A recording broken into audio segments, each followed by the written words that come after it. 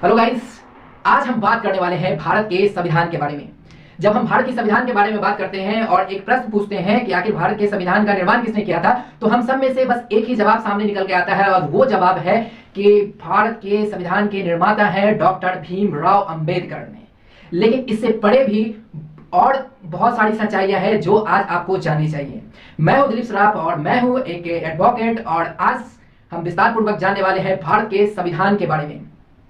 अगर आप एक लॉ स्टूडेंट्स हैं या लॉ की पढ़ाई करने के बारे में सोच रहे हैं या फिर जुडिशरी की तैयारी करना चाह रहे हैं या फिर जनरल कंपटीशन की तैयारी करना चाह रहे हैं, तो आपको भारत के संविधान के बारे में अच्छे से जानकारी होनी चाहिए। इसीलिए भारतीय संविधान से जुड़ी हुई सारी चीजें हम विस्तार पूर्वक जानने का प्रयास करेंगे और छोटी से छोटी फैक्ट्स को भी आपके सामने मैं लाने का प्रयास करूंगा और उससे बहुत ही छोटे वीडियो के माध्यम से बहुत शॉर्ट फॉर्म में मैं वीडियो लाता रहूंगा, जिससे आपको जो मैं बताऊं उस चीजों को आप अच्छे तरह से समझ पाए। इसीलिए आपको बने रहना है मेरे इस चैनल पे और मेरे इस वीडियो के माध्यम से पूरी जानकारी मैं आप तक पहुंचाने का प्रयास करूंगा। बिना समय गवाए आज शुरू करते हैं आज का वीडियो और जानते हैं कि आखिर भारत का संविधान का निर्माण कैसे हुआ था और किन किन परिस्थितियों से इनको गुजरना पड़ा था।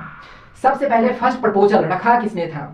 भारत के जो संविधान का जब निर्माण हो रहा था तो उसका आइडिया, उसका प्रस्ताव सबसे पहले किसके दिमाग में आया था और उन्होंने क्या किया था? तो उन्होंने सबसे फर्स्ट प्रपोजल रखा था एम.एन. राय ने 1934 ईस्वी में। आखिर एम.एन. राय का पूरा नाम क्या है?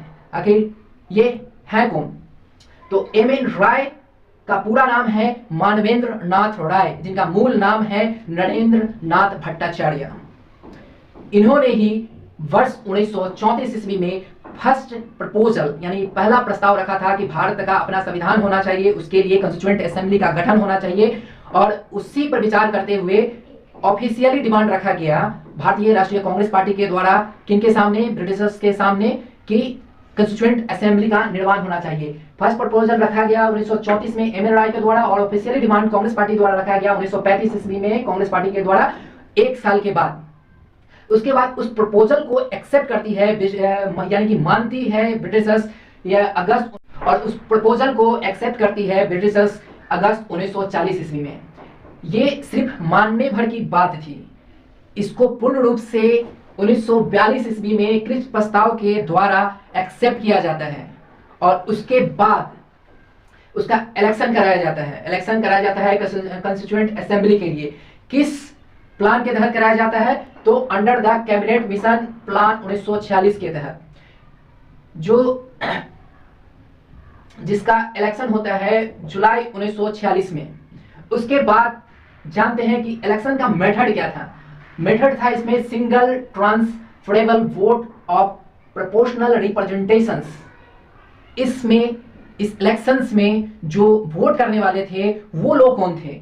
तो इसके जो मेंबर थे, मेंबर ऑफ प्रोविंशियल असेंबली, और उसके बाद फॉर्मेशन ऑफ कॉन्स्टिट्यूशन असेंबली।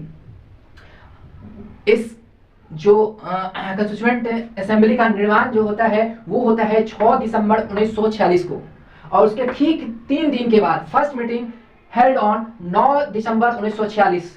3 दिन के बाद ही फर्स्ट मीटिंग ऑर्गेनाइज की जाती है और उसमें कुछ अहम फैसले लिए जाते हैं। इस पूरे संविधान को बनने में समय कितना लगता है ये जानकारी आपको पहले से भी होगी, लेकिन फिर एक बार जान लेते हैं। इस पूरे संविधान को बनाने में 2 साल 11 महीने और 18 दिन का समय लगा था।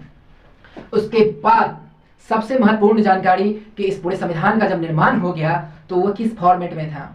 इस पूरे संविधान को लिखा गया था, वो भी पूरे हाथ से लिखा गया था, और उसके लेखक का नाम था प्रेम बिहारी नारायण रायजादा। इसको अपने हाथों से लिखा था और वो रिटन संविधान आज भी आपको लाइब्रेरी के सेंट्रल हॉल में देखने को मिल जाएगा, जिसको आप जाके वहां देख सकते हैं।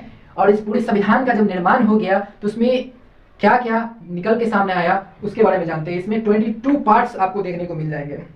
उसके अलावा इसमें आर्टिकल 395 आपको मिल जाएंगे और इसके अलावा शेड्यूल आपको मिल जाएंगे 8। दोस्तों, आर्टिकल को हिंदी में अनुच्छेद कहा जाता है। भारत के संविधान में जो अनुच्छेद है वो है 395 यानी कि 395। पार्ट्स है 22 और उसके अलावा शेड्यूल 8 है। इसके बारे में हम लोग विस्तार पूर्वक जानेंगे अगले सेशंस में। पूरा सेशन लेकर मैं आपके लिए लेकर आने वाला हूं और बहुत ही इजी वे में मैं आपको समझाने का प्रयास करूंगा। बस आपको करना है एक काम, बने रहना है मेरे साथ और मेरे चैनल को करना है सब्सक्राइब, साथ ही बेल आइकन को भी प्रेस करना है ताकि मैं जब भी कोई नया वीडियो लेकर आऊं तो उसका नोटिफिकेशन सबसे पहले आप तक पहुंच पाए और महत्वपूर्ण समय गवाए बिना उस वीडियो का, उस जानकारी का लाभ आप तक प्रॉपर वे में पहुंच पाए।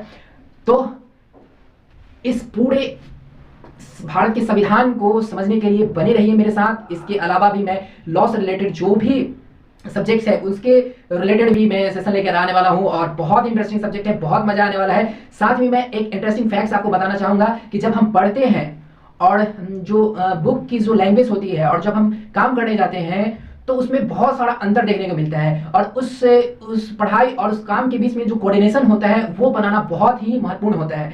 वो चीज़ मैं अपने एक्सपीरियंस के आधार पर आपके साथ शेयर करूंगा जो आपके सारे मन के उलझनों को खत्म कर देगी, डाउट क्लियर कर देगी। और आप अगर एडवोकेट, प्रोफेशनल एडवोकेट बनना चाहते हैं तो आपको किसी प्रकार की दिक्कत नहीं आने वाली है और भी अगर अदर फील्ड में जाना चाहते हैं तो भी आपको काफ़ी मजा आने वाला है दोस्तों।